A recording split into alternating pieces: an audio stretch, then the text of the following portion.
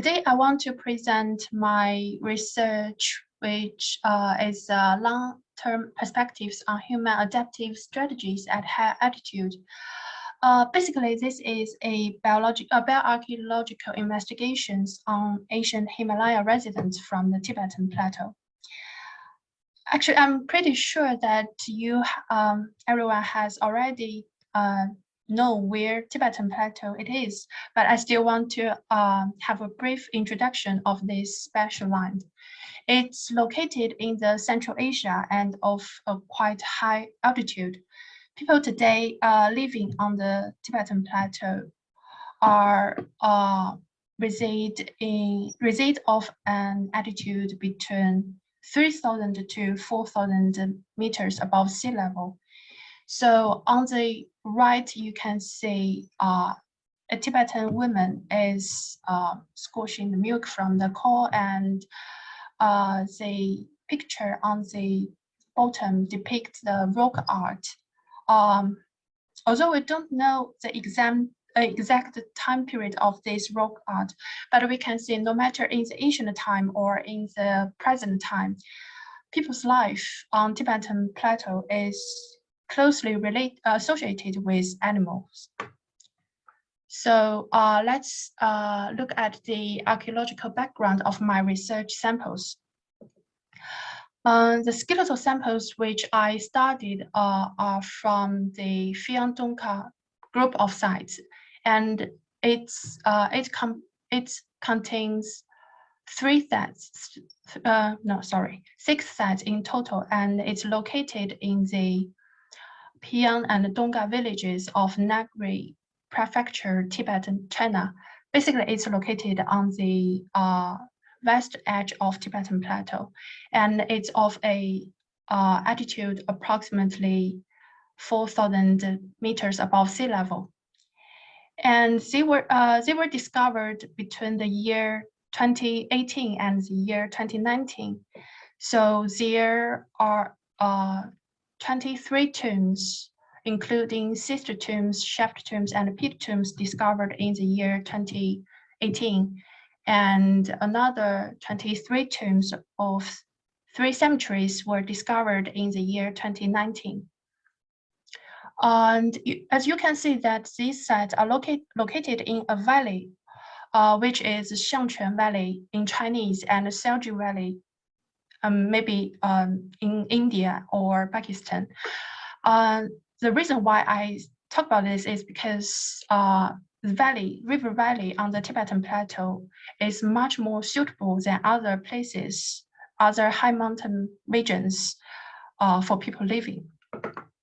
So this probably is the reason why people choose this place to bury their dead.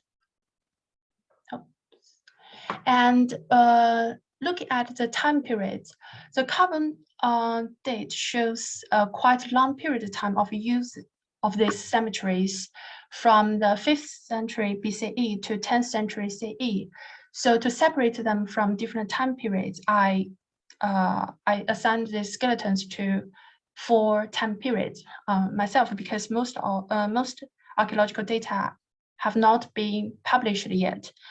So basically, period 1 to 3 is of pre-imperial time period, which is also called the earlier Metal Age in some scholars' work. And period 4 is has already entered to the Tibetan Empire and even beyond after the collapse of this empire. So let's look at the types of these burials. It contains 3 types of burial, but most of them are secondary burials, including single and multiple tombs. So this means that some burials contain small-scale commingled remains, which means I need to sort the human skeletons from animal remains and other individuals. And the burial goods include a few potteries and metal objects, as well as a large number of animal remains. As you can see, these are pictures provided by the fieldwork team from Stra University. Oh, I forgot to mention that the excavation was conducted by the Stra University, the Department of Archaeology. Apologize. And so basically, these are biological backgrounds of my skeletal samples.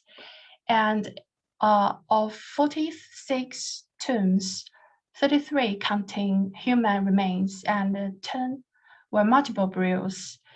My work in this presentation include the osteological sorting, the preservation, and the taphonomy, and demographic information. But regarding the small sample size, I could not give too much discussion about the demographic profile of these individuals and also their paleopathological condition. So let's look at the preservation of these individuals. I did a very simple statistic to estimate their preservation. Very simple. It's just the ratio of the observed elements and the expected number of elements of complete individuals. So as you can see that the preservation of the skeletons was very sadly very terrible, and but it doesn't mean that they are not worth talking and studying. But it's quite interesting to look at the profile of each individual, and when looking at the taphonomy of these skeletons, we can see some quite interesting phenomenon related to animal and human activities. As you can see that on the right, unfortunately, after the looting, the skeletons were exposed to the sunshine, and this then caused the bleaching, the color change of these skeletons. And what's more, the animal activities. I would consider these holes were caused by the animal activities, and this may be attributed to the perimortem trauma due to human activities, but I can't give the exact reason, just a record of this phenomenon. And so when examining their demography, it's a quite small sample size, especially when assigning them into different phases. But I suppose that the females are slightly more than males, at least in the phase 2. But I can't give too many discussions as I mentioned before, and to save time. And when looking at the pathological condition, first is the dental diseases. In total, 167 teeth of 20 individuals are preserved, and these are some detailed information regarding time periods. So let's look at the antemortem tooth loss. Oh, sorry, I forgot to put the reference here.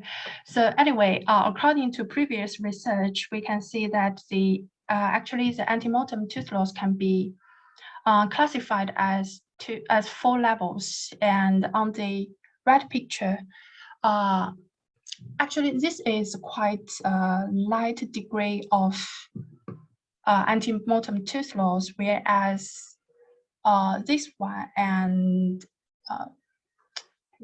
this one are quite severe, and this one is already fused.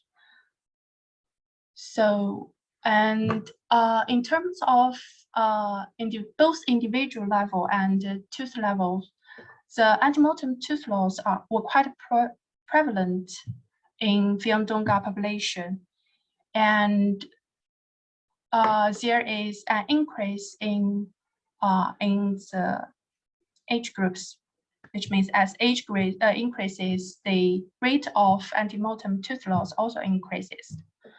So I suppose it's quite common among different populations because the tooth use.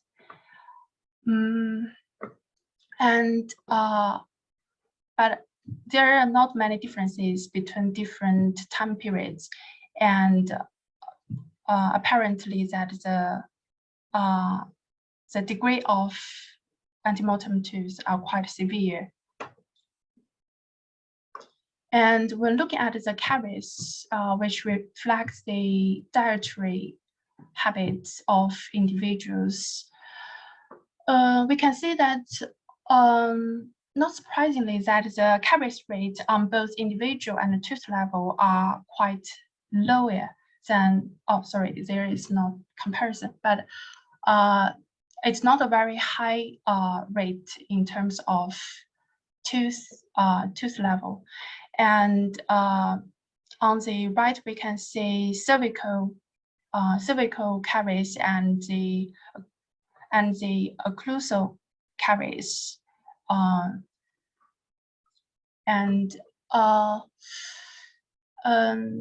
The caries was quite popular, are more common in prime age and middle age adults, but that doesn't mean that it's not popular in old adults, because the preservation of these individuals, including their teeth, are not very ideal.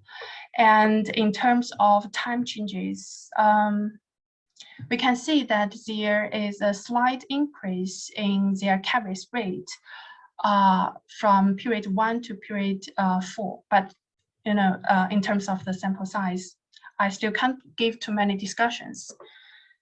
So let's look at the comparison between different populations in ancient China.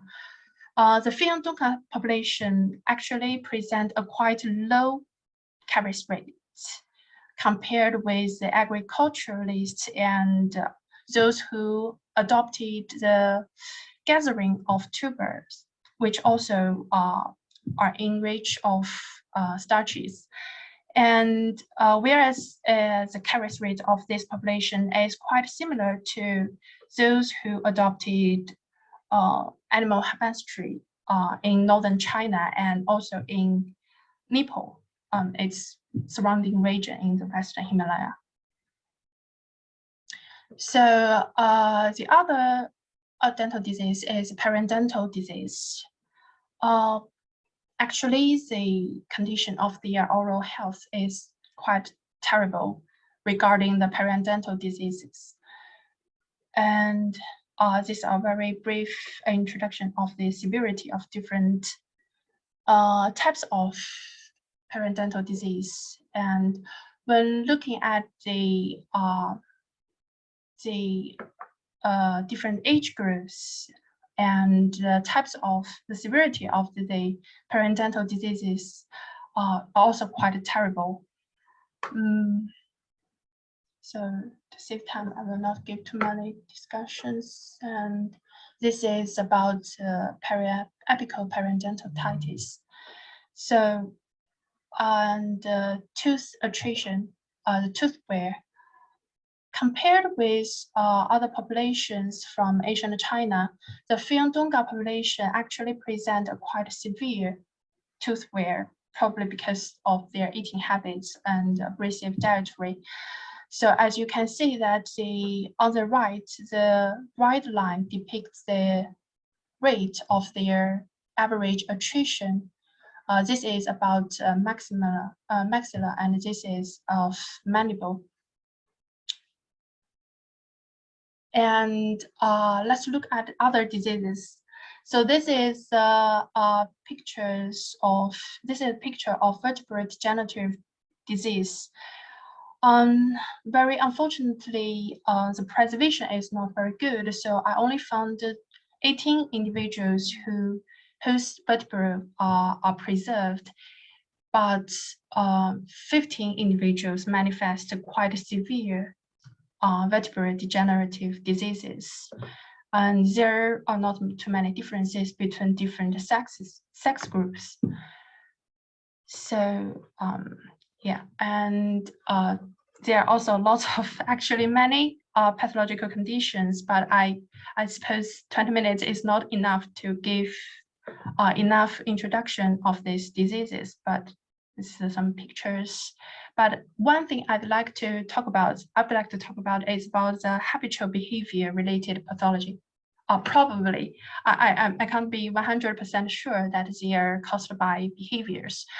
But so on the bottom two pictures, which depict the actual facets at the articulation of distal tibia and the neck of talus surfaces. So this is ankle joint. We can say it's not normal, but it's of a quite high rate among these individuals.